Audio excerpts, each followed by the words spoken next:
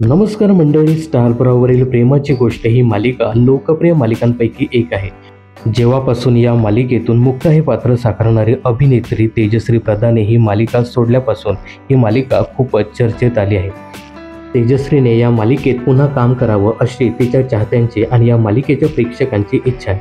सध्या तेजश्रीच्या जागेवर मुक्ता हे पात्र स्पर्धा ठिगळे साकारताना दिसते, पण बऱ्याचशा प्रेक्षकांनी अजूनही या नव्या मुक्ताला स्वीकारलेलं नाही.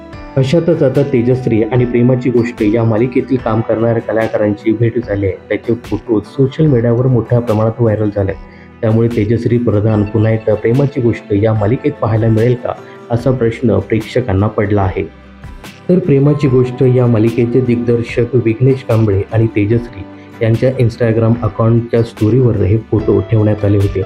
तर गुरुवारी 20 मार्च रोजी तेजश्री प्रधान यांच्यासोबत योगेश केळकर म्हणजेच पुरुषोत्तम कोळी, आयुष भिडे म्हणजेच लकी, कोमल म्हणजेच स्वाती असे कलाकार एकत्र आले होते.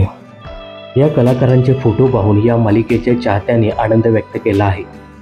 तेजश्री प्रधानने ही मालिका सोडल्यानंतर या मालिकेला मोठं ग्रहण लागलं होतं. त्यामुळे तेजश्री पुन्हा एकदा मालिकेत दिसेल का, असा प्रश्न प्रेक्षकांना पडला आहे. दरम्यान तेजश्री प्रधानच्या एक्झिटनंतर प्रेमाची गोष्ट मालिकेवर मोठा परिणाम झाला होता. तेजश्रीने ही मालिका सोडल्यानंतर या मालिकेचे TRPत मोठी घसरण झाली होती.